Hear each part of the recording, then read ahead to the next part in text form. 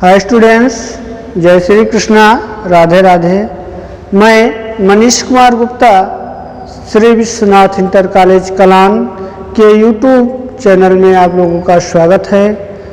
मैं आज कक्षा 11 विषय जो है मुद्रा एवं अधिकोषण तत्व बैंकिंग का, उसमें आपको मुद्रा का अर्थ एवं परिभाषा पढ़ाने जा रहा हूँ। सबसे पहले इसमें हम बताएंगे आपको मुद्रा का अर्थ। इसमें मुद्रा शब्द की उत्पत्ति कैसे हुई, तो आइए देखते हैं।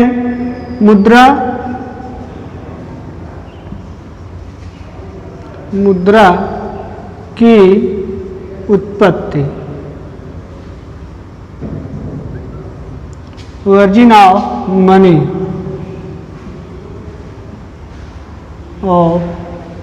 मनी।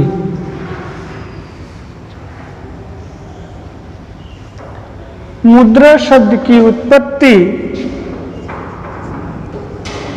मुद्रा शब्द की उत्पत्ति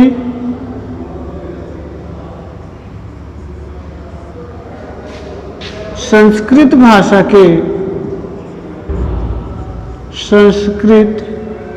भाषा के मणि शब्द से हुआ है। मणि शब्द से हुआ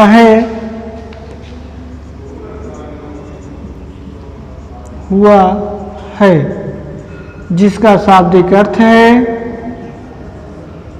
जिसका शाब्दिक अर्थ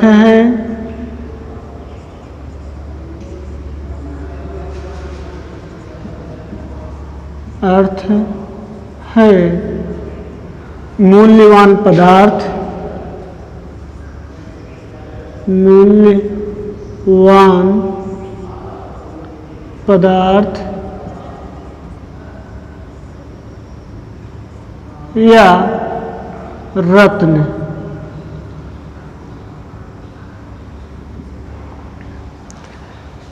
मुद्रा शब्द की उत्पत्ति संस्कृत भाषा के मणि शब्द से हुआ है, जिसका शाब्दिक अर्थ है मूल्यवान पदार्थ या रत्न। मनी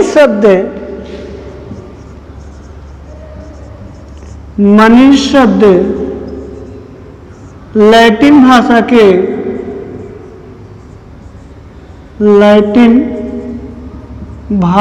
के मोनेटा शब्द से हुआ है। मोनेटा शब्द से हुआ है। कहा जाता है कि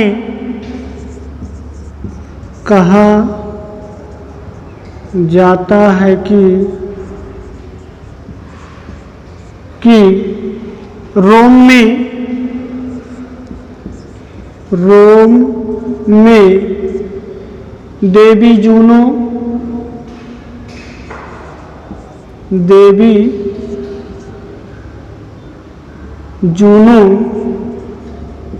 के मंदिर में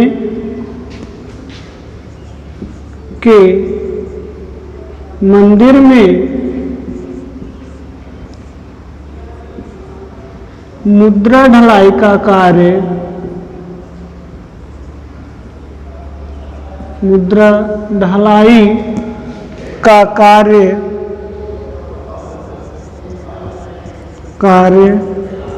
किया जाता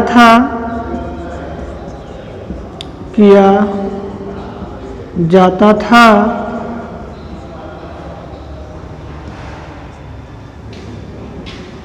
इटली में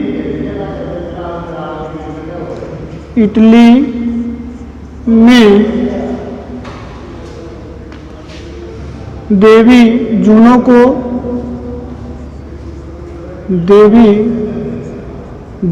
को मोनिटा के नाम से, मोनिटा के नाम से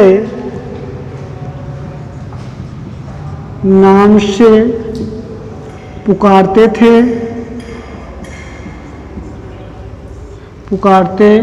थे। इटली में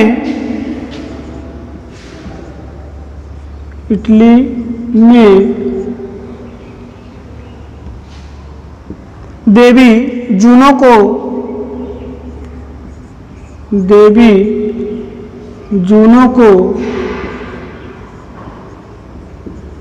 स्वर्ग की रानी कहा जाता है। स्वर्ग की रानी कहा जाता था।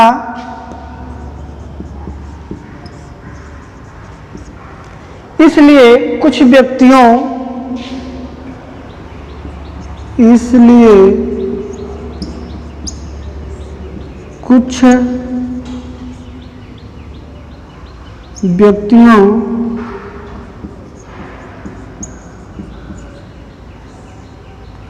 के द्वारा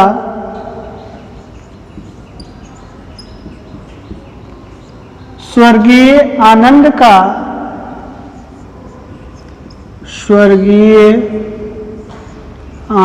का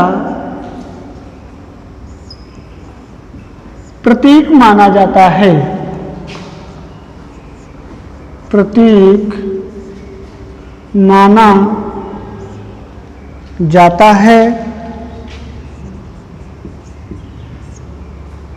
माना जाता था। और कुछ वैज्ञानिकों का कहना है कि मुद्रा शब्द पेकुनिया, जो पेकस शब्द से बना है, जिसका शाब्दिक अर्थ है पशु संपत्ति। आइए एक बार फिर से देखते हैं। मुद्रा शब्द की उत्पत्ति संस्कृत भाषा के मणि शब्द से हुआ है, जिसका शाब्दिक अर्थ है मूल्यवान पदार्थ या रत्न। मणि शब्द लैटिन भाषा के मोनेटा शब्द से हुआ है। कहा जाता है कि रोम में देवी जूनो के मंदिर में मुद्रा ढलाई का कार्य किया जाता था। इटली में देवी जूनो को मोनेटा के नाम से पुकारते थे। इटली में देवी जूनो को स्वर्ग की रानी कहा जाता था। इसलिए कुछ व्यक्तियों के द्वारा स्वर्गीय आनंद का प्रतीक माना जाता है। आइए देखते हैं इसके बाद हम मुद्रा की परिभाषा। देखिए बच्चों, मुद्रा की परिभाषा का वर्गीकरण, classification of definition of money. अब इसमें दो प्रकार से बताया गया है। मुद्रा को, परिभाषा को दो भागों में बांटा गया है। एक हमारा स्वभाव के आधार पर है, दूसरा विस्तार के आधार पर। अब स्वभाव के आधार पर 3 भागों में बांटा गया है और विस्तार के आधार पर भी 3 भागों में बांटा गया है। पहला स्वभाव के आधार पर, इसमें पहला हमारा है वर्णनात्मक परिभाषाएं, दूसरा वैधानिक परिभाषाएं, तीसरा सर्वग्राह्यता संबंधी परिभाषाएं। अब विस्तार के आधार पर देखते हैं। विस्तार के आधार पर 3 प्रकार क्या क्या है? संकुचित परिभाषाएं, विस्तार संबंधी परिभाषाएं और संतुलित परिभाषाएं। आइए आप देखते हैं, एक एक का वर्णन करेंगे।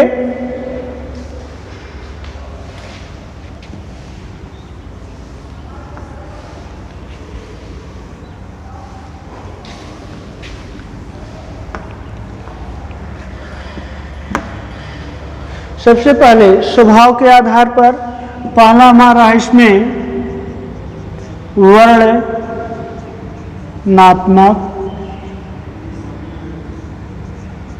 परिभाषाएं, डिस्क्रिप्टिव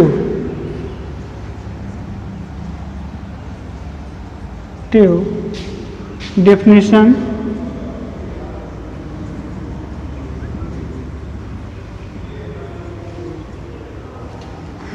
देखते हैं सबसे पहले इसमें पहला हार्टले विदर्स के शब्दों में, हार्टले विदर्स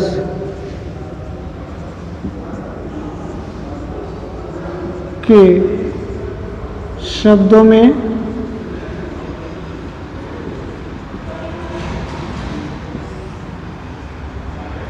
हार्टले विदर्स जी कहते हैं कि मुद्रा वह है, मुद्रा वह है जो मुद्रा का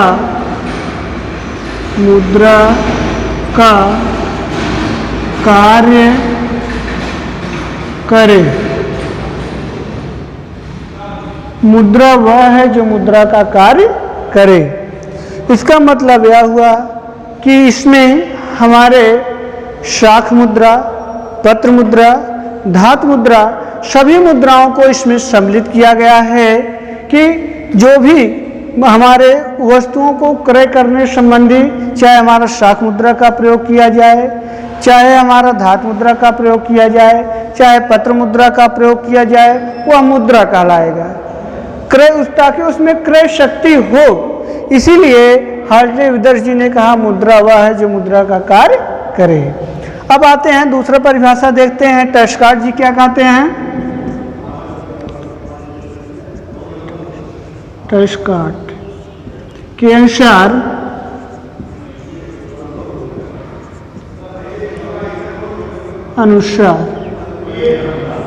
ये कहते हैं कि मुद्रा का कार्य करने वाली वस्तु, मुद्रा का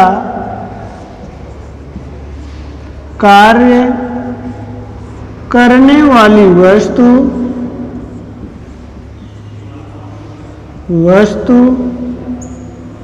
चाहे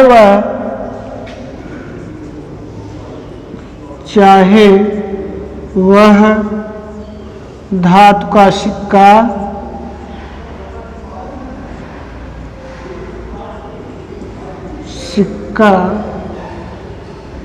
सिगरेट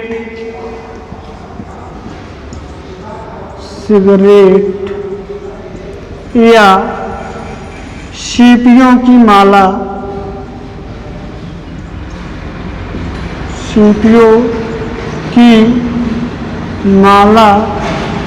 क्यों न हो,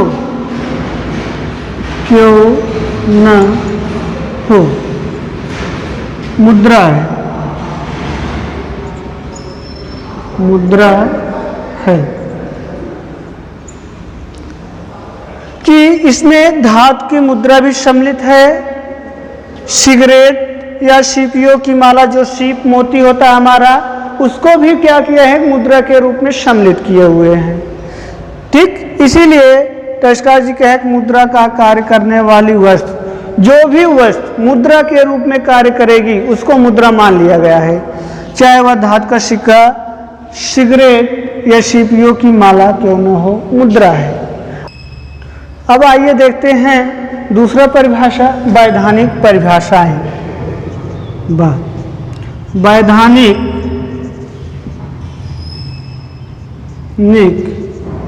परिभाषाएं। Legal definition.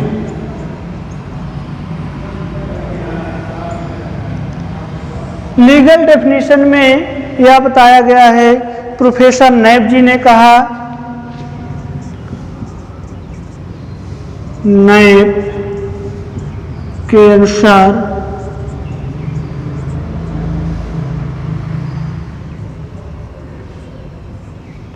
नैब जी ने यह कहा कि कोई भी वस्तु जो राज्य द्वारा मुद्रा घोषित कर दिया जाए, यानी कि विधान द्वारा, जो नियम कानून के द्वारा मुद्रा घोषित कर दिया जाए, वह मुद्रा मान लिया जाएगा। वही कह रहे हैं कोई भी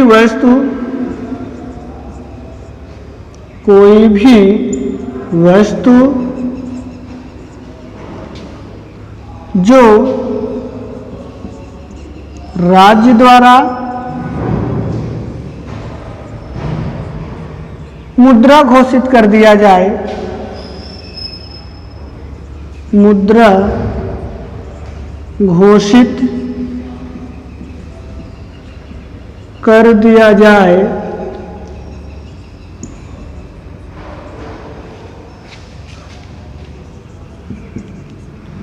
वह मुद्रा है, वह मुद्रा कहलाती है।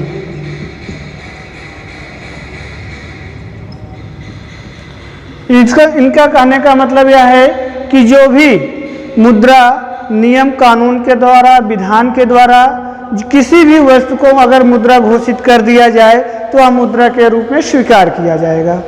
ठीक, तो आइए आप तीसरा परिभाषा देखते हैं, सर्वग्राह्यता संबंधी परिभाषा।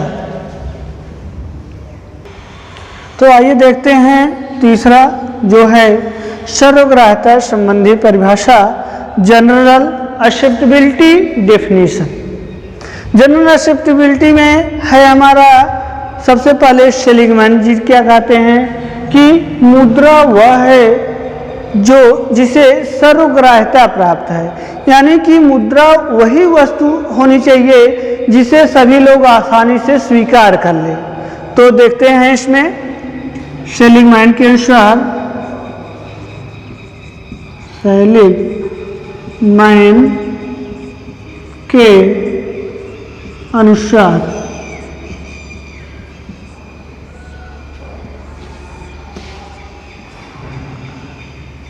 मुद्रा वह है जिसे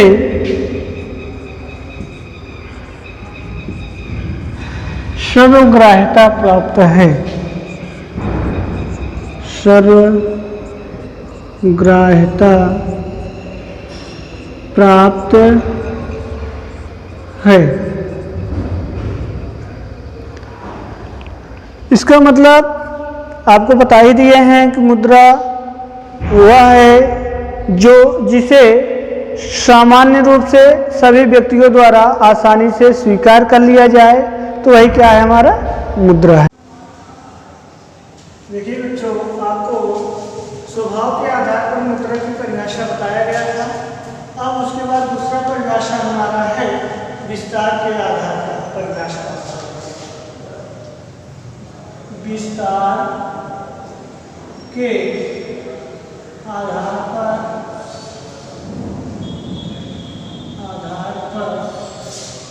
मुद्रा की परिभाषा, मुद्रा की परिभाषा। विस्तार के आधार पर मुद्रा की परिभाषा को 3 भागों में बांटा गया था, आपको बताए थे हम। पहला संकुचित, पहला है संकुचित परिभाषा,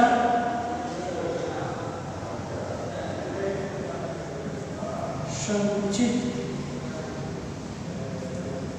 परिभाषा, नैरो डेफिनेशन, नैरो डेफिनेशन। अब इसमें संकुचित परिभाषा में प्रोफेसर नाइस जी कहते हैं कि मुद्रा केवल धात्विक सिक्के ही मुद्रा कहलाएंगे। प्रोफेसर नाइस के अनुसार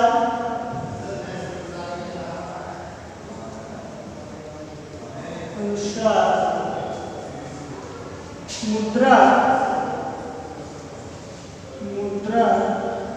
केवल धात्विक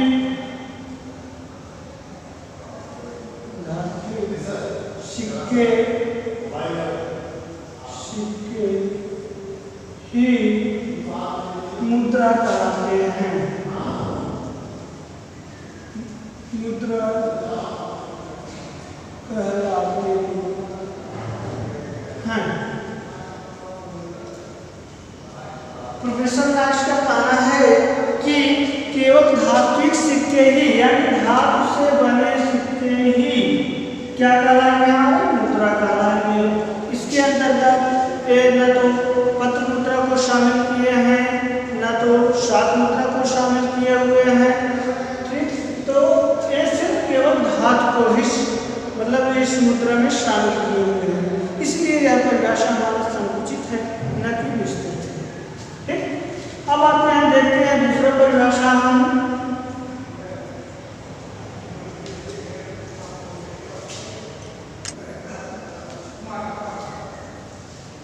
उदार या विस्तृत परिभाषा।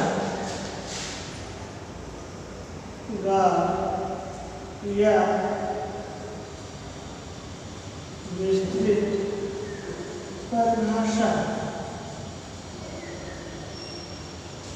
उदार या विस्तृत परिभाषा में इस परिभाषा के अंतर्गत यह बताया गया कि इस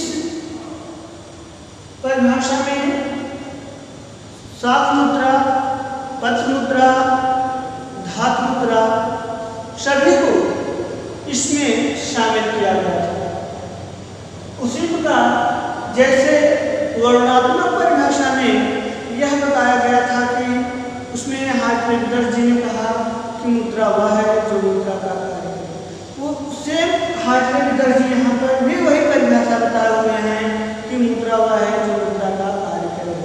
टैस्कार्ड जी भी वही यहाँ पर भी बताए हैं कि कोई भी वस्तु जो मुद्रा का कार्य करे, जो उसमें धात्विक सिक्के या सिगरेट या सीपियों की माला सभी को इसमें शामिल करते हैं, इसलिए एक विस्तृत परिभाषा के अंतर्गत आता है। वही जो हमारा वर्णनात्मक परिभाषा में बताया गया था वही सेम इसमें भी विस्तृत परिभाषा में बताया गया है। आते हैं अब तीसरा परिभाषा देखते हैं हम।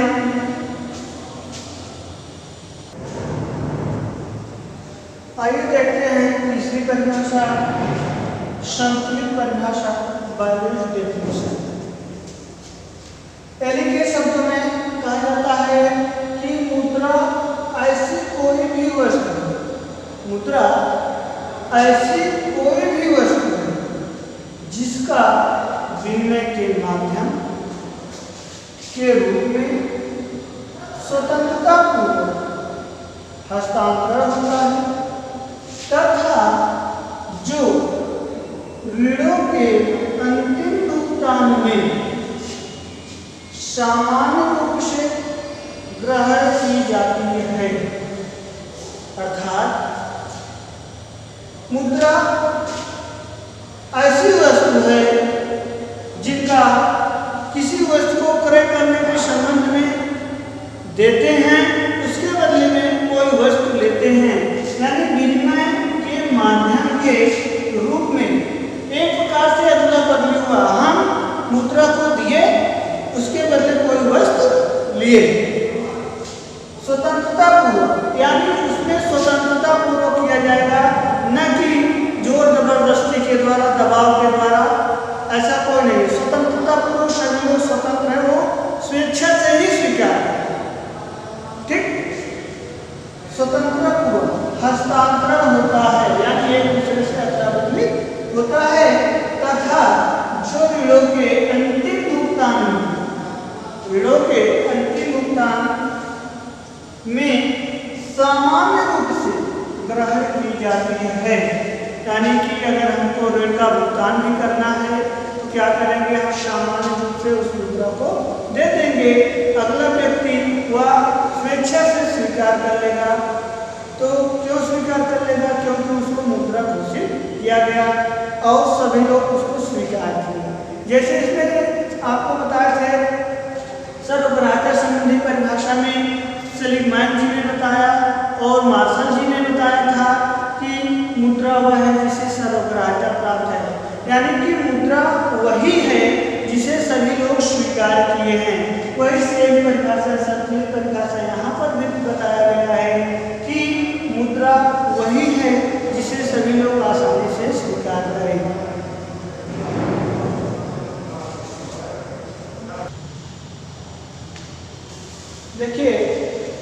लास्ट में निष्कर्ष यानी कंक्लूजन अब परिभाषा निकल के यह आता है कि मुद्रा एक ऐसी वस्तु है, मुद्रा एक ऐसी वस्तु है जो विनिमय के माध्यम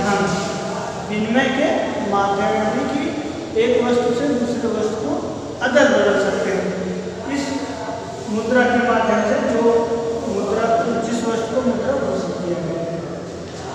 मूल्य की मापा यानी कि वस्तुओं के मूल्य को मापने का भी मुद्रा कार्य करती है। क्रय शक्ति के संचय तथा ऋण संबंधी सौदों एवं व्यावसायिक दायित्वों के भुगतान के संबंध में, सौदों एवं व्यावसायिक दायित्वों के भुगतान के संबंध में विस्तृत एवं सामान्य रूप से स्वतंत्रता पूर्वक स्वीकार की जाती है तथा जिसे वैधानिक मान्यता प्राप्त होती है। अर्थात मुद्रा एक ऐसी वस्तु है जो विनिमय के माध्यम के रूप में कार्य करती है और उसके मापक के रूप में कार्य करता है और संचय का भी कार्य करते हैं। लोग क्या करते हैं, संचय का भी कार्य करते हैं। इसलिए संचय का कार्य करते हैं कि अगर मान लीजिए भविष्य में हमारे पास कोई विषम परिस्थिति आ जाए, इसलिए क्या करते हैं, उस मुद्रा को संचय करके अपने पास रखते हैं। इसीलिए संचय तथा ऋण संबंधी सौदों एवं व्यवसायिक दायित्वों के भुगतान के संबंध में, जैसे अगर मान लीजिए किसी व्यक्ति से हम ऋण को लिए हुए हैं तो उसको हमको मतलब ऋण को चुकाने के लिए हम मुद्रा के रूप में जो वस्तु मुद्रा के रूप में घोषित किया गया जिसको हम मुद्रा माने हुए हैं, तो ऋण के चुकाने के संबंध में उस वस्तु को मुद्रा के रूप में हम प्रयोग कर सकते हैं। व्यवसायिक दायित्वों के भुगतान के संबंध में विस्तृत एवं सामान्य रूप से, व्यापक रूप में भी और सामान्य रूप में स्वतंत्रता पूर्वक यानी कि बिना किसी जोर जबरदस्ती दबाव के स्वीकार कर लेते हैं और जिसे वैधानिक मान्यता प्राप्त होती है। यानी कि जो विधान द्वारा यानी कि नियम कानून द्वारा जिसको मान्यता प्राप्त होता है उसी को हम मुद्रा मानते हैं। जैसे प्रेजेंट टाइम में हमारा चल रहा है पत्र मुद्रा चल रहा है, जिस पर आरबीआई का उस पर किसी आरबीआई के गवर्नर का सिग्नेचर होता है, तभी हम लोग मानते हैं कि एक पत्र मुद्रा का कार्य करता है, एक मुद्रा के रूप में वह कार्य करता है। जहाँ पे भी कोई वस्तु हम खरीदते हैं आसानी से उस पत्र मुद्रा को देते हैं और उससे बदले हम जो वस्तु खरीदना चाहते हैं वो खरीद लेते हैं। तो उसमें कोई झिझक नहीं रहता है अगले व्यक्ति को लेने में और हमको देने में। तो वही चीज उसको क्या हुआ, एक वैधानिक मान्यता भी प्राप्त हो गया है जो विधान द्वारा प्राप्त हुआ है। तो चलिए इसी क्रम के साथ